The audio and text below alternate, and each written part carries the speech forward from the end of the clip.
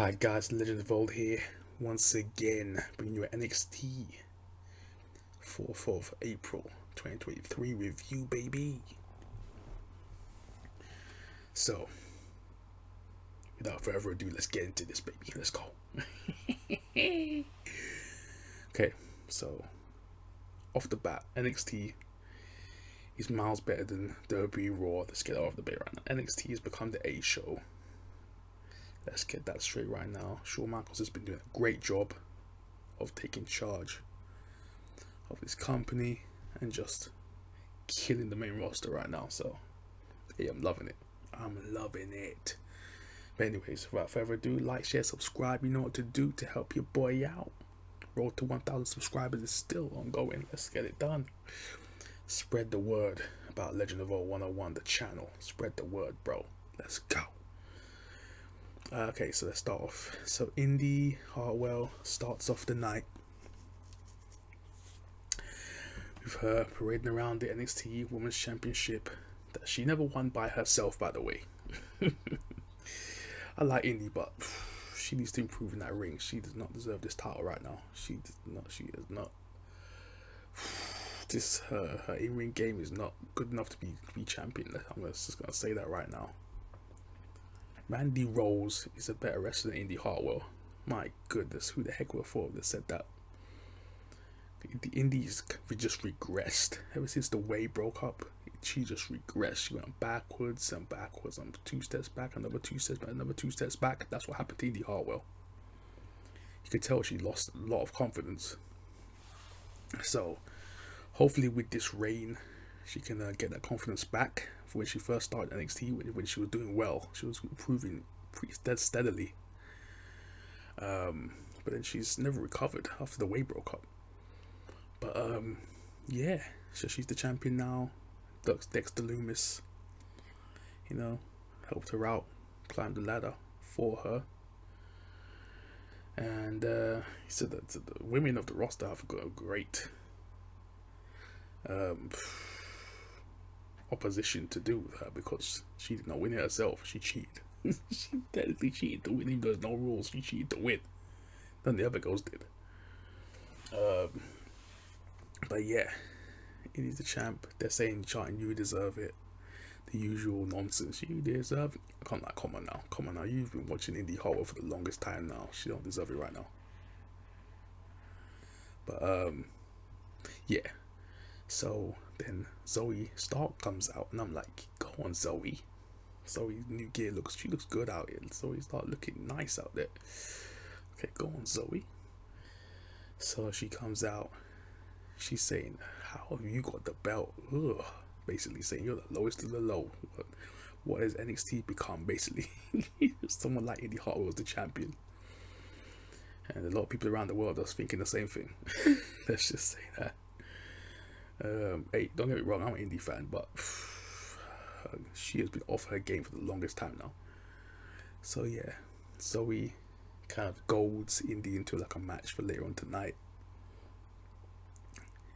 And yeah. That happens.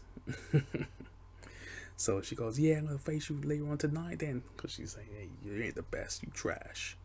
So then Indy gives her a title shot, and then yeah, okay, so that's the thing. So the title match is later on tonight, so that happened.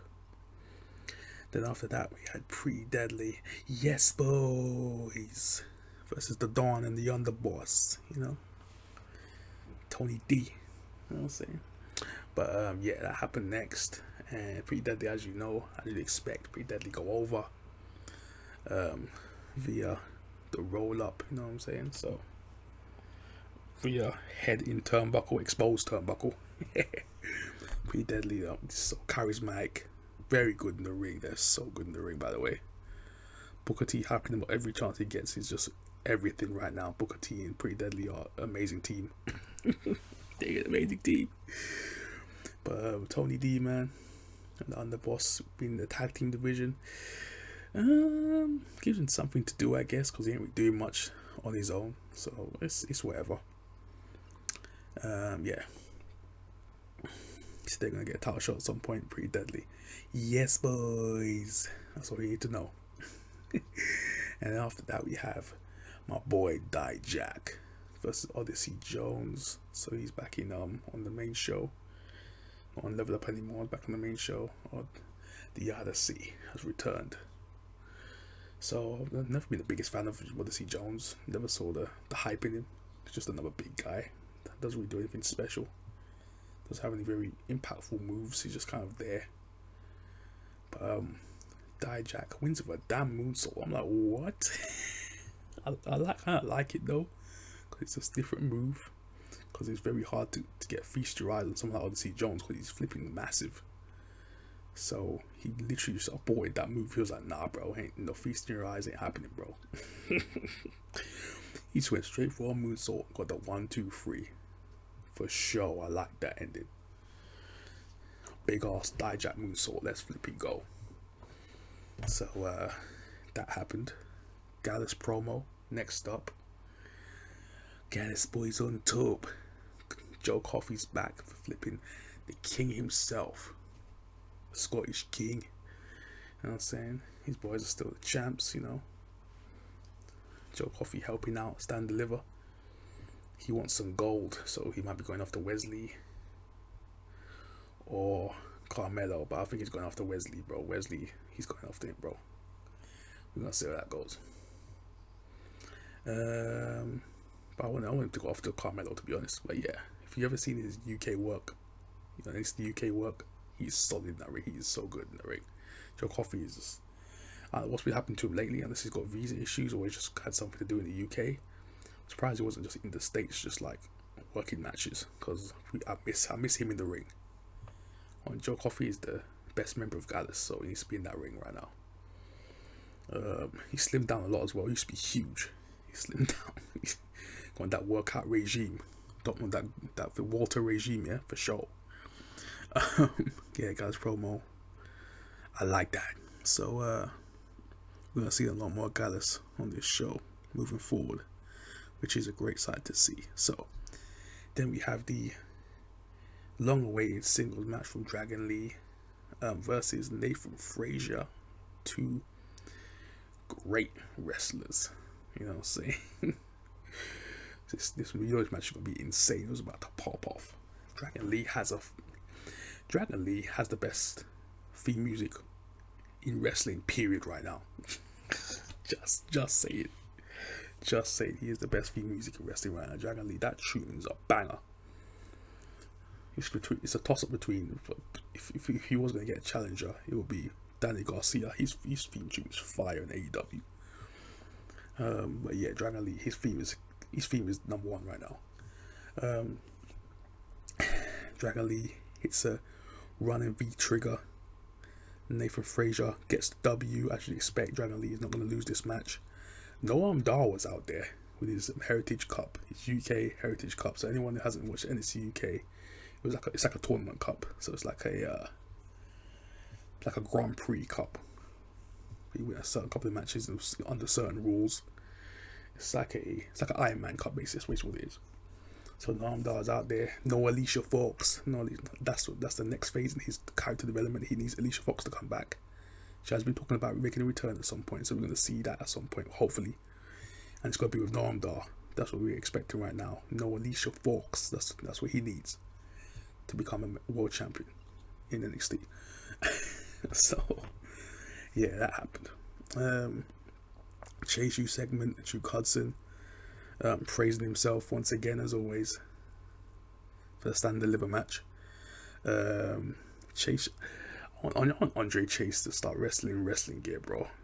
I'm tired of him wearing that flipping work trousers and flipping red jumper. He looks so. It's like, what are you doing? He's such a good wrestler, so charismatic as well. It's like, come on now, give him some wrestling gear. It's past due now. It's just looking ridiculous now at this point. How's everyone in your squad got wrestling gear and you don't? It makes no sense. You're the teacher. You're good students. Okay, so that happened. Alba and Isla video package backstage. Then with the tag belts, them just plotting on the rest of the tag team division, women's division. What's they're plotting next, so it's not really clear what they're gonna do next. But I think they've got a rematch with Kiera and Henley, so that's gonna happen at some point. I think it's next week, I think. But yeah, Island Alba Fire looking all kinds of good out there. Looking all sexy, you know what I'm saying? I'm a massive Isla fan. Isla Dawn for the win. And after that, let me calm down. After that, we have the title match. Indy Hartwell's defending against Zoe Stark. Middle of the card. So we got Indy Hartwell. Zoe Stark had most of the match to herself, to be honest, in this match. She was beating down Indy. Indy could hardly get out of first gear in this match. So literally, the end sequence, Zoe Stark hits that spinning GTS that she has. I can't remember what she calls it. That inverted GTS, hits that. Indy rolls out the ring. Zoe throws her back in there, goes for the pin. Crucifix pin by Indy Hartwell. 1, 2, 3, boom. That was it. I didn't like the way it ended. It was kind of abrupt, because she throw her in, and I was like, shouldn't she be knocked out? It should have took a lot longer for her to put her in the ring, and then I would have believed it, because you kind of like been unconscious for a little bit, and then the referee goes out there, sells it for a bit that she's kind of unconscious. Then she kind of goes, "Sorry, go back in the ring." That's how that would booked it anyways, but that happened. Crucifix pin for Indy Hartwell. She retains. Cora Jade makes a return after Tiffany Stratton comes out to kind of confront Indy Hartwell, but she never got that far because Cora Jade ran in there, attacked Indy from behind, gave her the future shock. I don't know what Cora Jade calls it. The generation shock. I don't know what she should call it the generation shock, because Drew calls it the future shock. I think she should call it the generation shock at that point. Yeah, interesting name. Yeah. Remember, I said it first. Generation shock by Cora Jade. So it's like an underhooked, double underhooked DDT. It's really what it is, with a spike. So she hits that. She goes, I still run this place. And she looks at Tiffany, goes, "Hey, yeah, you remember me? Remember me?" The kind of thing. So Cora Jade's hosting the title up high, throws it down, and Indy walks out. Then Tiffany and Cora Jade have a stare down and have a little words exchange, and I love that. Cora Jade, Tiffany Stratton, little mini feud there. I like that. When it gets to Indy Hartwell, interesting. Indy got some good challenges coming up. I like to see that. Plus we had Cora Jade in the parking lot talking to Lyra Valkyria, and that's a little thing brewing there as well. Lyra's like, "Hey, for sure, I didn't forget about you, homie." What Lyra was saying to Cora Jade. So I like the little storyline. Shawn's cooking right now. He in the kitchen. He out here flaming. You know what I'm saying? All kind of desserts and flipping flaming young up in the back. You know what I'm saying? Shawn Michaels on fire right now. But anyways, after that we have Ivy Nile versus Tatum Paxley. So I was about to say, if Ivy Nile did not win this match, I was about to go off, because I thought Tatum Paxley was going to get a win because she was on TV for the last couple of weeks, well, since last week, and I was like, oh my gosh, is Tatum Paxley going to pick up a W over Ivy Nile? Because Ivy Nile's been taking L's lately. I'm surprised, like, she's been taking a lot of L's. And I'm like, what the freak is Shawn Michaels doing with my girl Ivy Nile? Ivy Nile is so damn talented to be taking L's like this.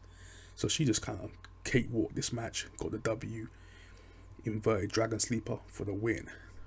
Tatum Paxley taps out. Let's go. I like that. She celebrates with Diamond Mine on the ramp. Tatum Paxley's just in the ring, shell shocked. That's what you like to see. Ivy Nile picking up a W on the main show on NXT. So yeah, nice to see. And then my boy Ilya Dragunov, the Tsar, is backstage. A little promo talking about how he's gonna come back stronger, get a title shot once again. Von Wagner comes out there and just like, you probably saying, why did I say it like that? It's because JD from New York, he kind of goes, put the lotion in the basket, Von Wagner. He kind of does like a Buffalo Bill impression with Von Wagner. The he's just saying, why the hell is he called Von Wagner? Basically sounds like a serial killer. So basically that's why I say that, Von Wagner. He comes out, challenges Ilya Dragunov to a match next week. I think it's next week. Yeah, next week. And Robert Stone, he goes, what the hell are you doing? Hey, if you lose next week, we're done. Basically, that's what he said. He gave my old mate. He said, if you lose next week, it's over between us. So, help me, help you. Help me, help you. That's his kind of catchphrase now. But yeah. After that, we have Axiom versus Wesley. So, this match was incredible. I love this match. These two are such good chemistry in the ring. They're such good high flyers, such good speed wrestlers. And at a technical standpoint as well, so clean. People always call these guys high flyers, but they can work on the ground, especially Axiom, aka A-Kid. That's A-Kid underneath that mask. If you don't know, now you know. Anyone seen NXT UK? A-Kid is a legend out here, bro. But yeah, Axiom came up short in the match. Wesley took the win, cardiac kick to the neck. 1, 2, 3. He's out of here. And then after the match, Scripps out here trying to expose Axiom. I know who you are. And tried to jump to the top rope. Axiom just took him out. Gave the golden ratio to the neck. He was toast. He gave him that flipping Street Fighter sidekick, bro, to the neck. Gave him that Ryu. They took it straight to the face. It was over for him. Axiom, the flipping Scripps was finished before he came in the ring. That was hilarious. The crowd was cracking up. It was so funny. Scripps tried to come out and try to be epic. It just got leveled. But yeah, so then we get out to the final part of the show. We got Mr. Mello, you know what I'm saying, him, with Trick Williams, you know what I'm saying, little mini celebration, him hyping himself up, becoming the NXT champion. The him era has begun. He was putting over Braun Breaker, you know what I'm saying, putting him over, saying how he was a great challenger, you know, saying Trick was gonna give it up for him. Braun comes out, gives Mello his props.